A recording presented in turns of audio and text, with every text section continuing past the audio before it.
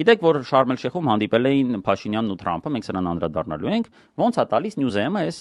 նյութը։ Փաշինյանի եւ Թրամփի ջերմ ջերսեղմումը Շարմ էլ-Շեյխում։ Այդ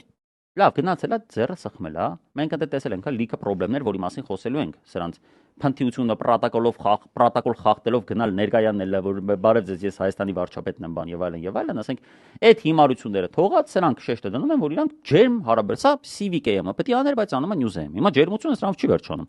Շարմ էլ-Շեյխում Փաշինյանը ջերմ զրուցում է Ալիևի եւ Պակիստանի վարչապետի հետ, այսինքն մենք ցույց ենք տալիս, որ ինչպիսի ախպերություն է սրանց մոտ, հա։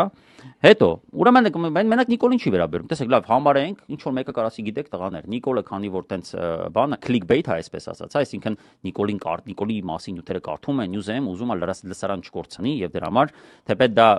նորմալ չի, որովհետեւ կարելի է ուղղակի, ես տեսել եմ մի շարք լրատվականներ ու նա գրել են Նիկոլի ձեռք սեղմումը, թեպետ դա եսի մի չի, բայց լավ, Նիկոլի ձեռք սեղմումը ուրեմն Տրամփի հետ